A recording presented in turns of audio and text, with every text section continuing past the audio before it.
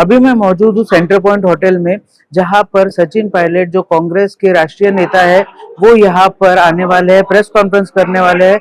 महाराष्ट्र में चुनाव की सरगर्मियां तेज है और इस बीच सचिन पायलट नागपुर आ रहे हैं। अब देखना दिलचस्प है कि वो किन किन मुद्दों पर इस प्रेस कॉन्फ्रेंस में बात करते हैं।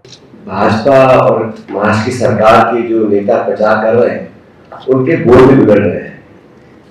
हम लोगों ने पार्टी में खड़गे साहब ने, राहुल जी ने हमेशा अपने प्रचार में, अपने भाषणों में, हमारे वक्तव्यों में, हमारे घोषणा पत्र में बड़ा सीधा सटीक अपना उद्देश्य रखा है कि महाराष्ट्र की जो सरकार है उससे सवाल करें, उनकी जवाबदेही तय करें और जो जनता के जज्बात है उसको प्रकट कर आने वाले 5 साल तक कांग्रेस की सरकार बनेगी, एनडीए की सरकार बनेगी तो हम लोग क्या करेंगे, एक सकारात्मक पॉजिटिव इलेक्शन एजेंडा हम लोग लेकर चल रहे हैं।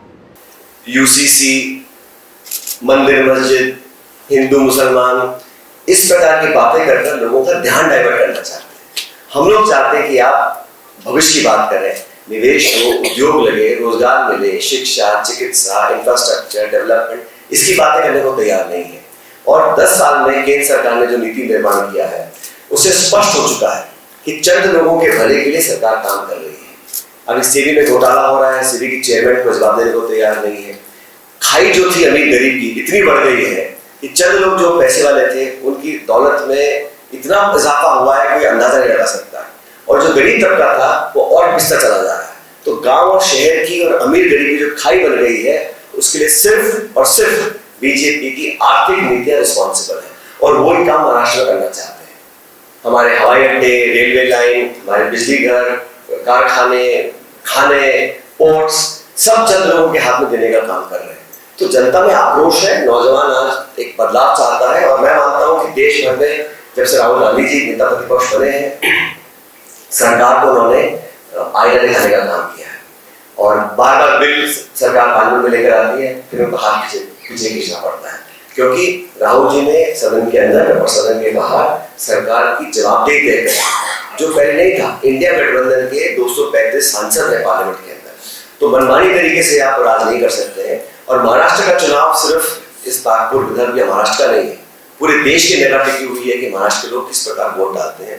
तो मुझे पूरा विश्वास है, हम लोग जैसे कैंपेन करें, कल भी राहुल जी आए थे, खड़गे जी आज महाराष्ट्र में, प्रियंका गांधी जी भी लगातार यहाँ पर आएंगी। तो हम लोग, हमारे गठबंधन, पवार साहब, ठाकरे साहब, हम लगातार प्रचार कर रहे हैं। हम सबके एनडीए के नेताओं के प्रचार में आप सुनिएगा, सारी बातें सकारात्मक है।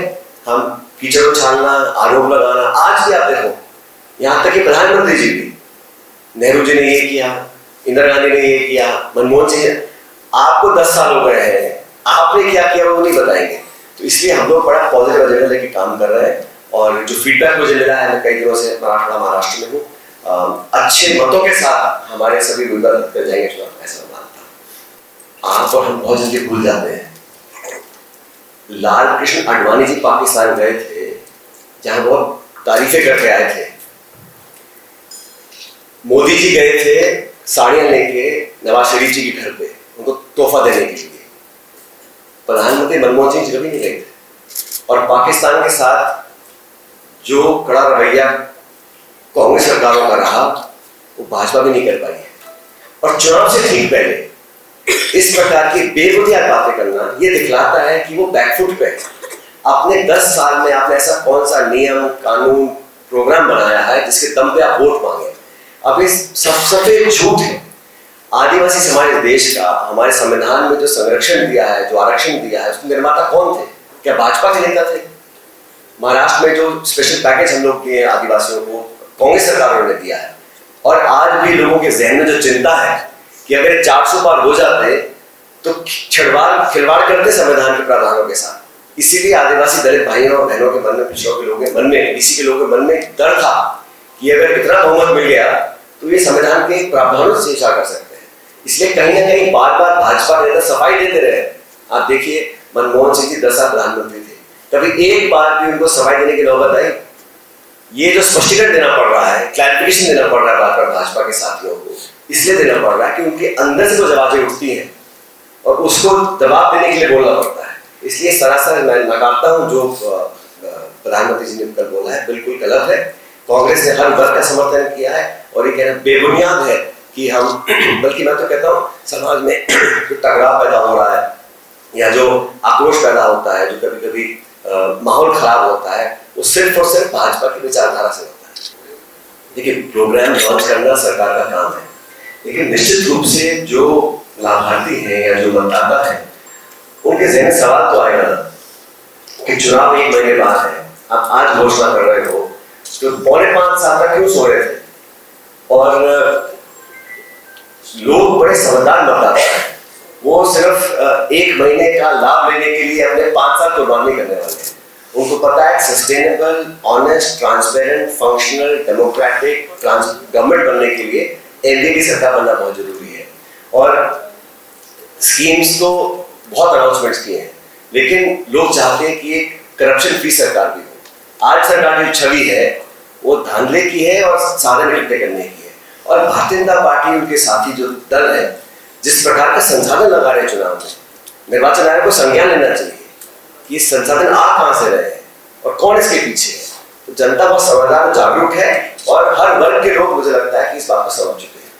विपक्ष हो या सत्ता पक्ष हो, ऐसे में हम लोगों ने लोकसभा चुनाव से पहले कांग्रेस वो दल था जिसने अपने ऑफिशियल स्टेटमेंट मैनिफेस्टो में कहा था कि हम एमएसपी पे कानून बनाएंगे, मिनिमम सपोर्ट प्राइस पर पूरे देश में। और कांग्रेस ओनली अकेली पार्टी से ऐसा कहा। और मैं तो भाजपा से सवाल करना चाहता हूँ, आपने जब 3 काले कानून बनाने के बाद विद्रोह हुआ 2 साल तक, आपने विद्रोह किया तीनों कानूनों को, आश्वासन दिया था कि एमएसपी पे कानून बनेगा, एक गारंटी बनेगी। कांग्रेस ने लीगल गारंटी एमएसपी का कमिटमेंट किया है, आज भी इसमें हम लोग कायम है। लेकिन भाजपा की सरकार दोनों राज्यों में है, किसानों की बात करने वाला मुंबई दिल्ली में कोई नहीं। इसलिए ये जो आज किसानों के हाल है, बीजेपी ने खुद कहा था कई साल पहले कि हम किसान की आमदनी दुगनी करेंगे, इनकम डबल करेंगे। किसी की इनकम डबल नहीं हुई है, किसान पिस रहा है, बीज, खाद, पानी, तेल, क्या हालात है मैं जानता हूँ। मैं राजस्थान से आता हूँ, वहां पे डीएपी और खाद की फसल का टाइम चल रहा है, पुलिस के पहरे में बंटवारा हो रहा है खाद का, डीएपी का। तो किसानों के सुनने वाला कोई सरकार में है, क्योंकि प्रवृत्ति नहीं है।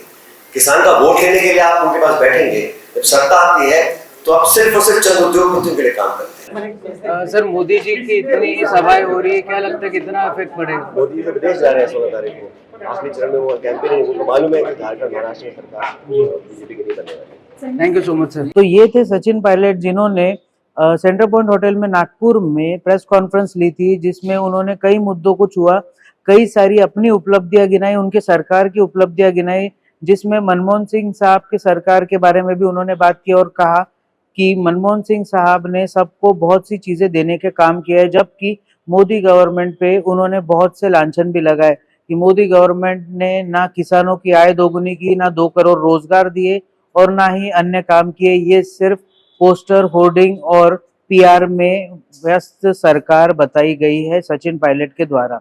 अब देखना ये दिलचस्प है कि सचिन पायलट की ये प्रेस कॉन्फ्रेंस से महाराष्ट्र चुनाव में कितना असर पड़ता है और खास तौर से नागपुर के जो सीट्स है उस पर कितना असर पड़ता है। वीडियो जर्नलिस्ट प्रवीण सूर्यवंशी के साथ मैं शांतनु अग्रवाल, महाराष्ट्र टीवी 24।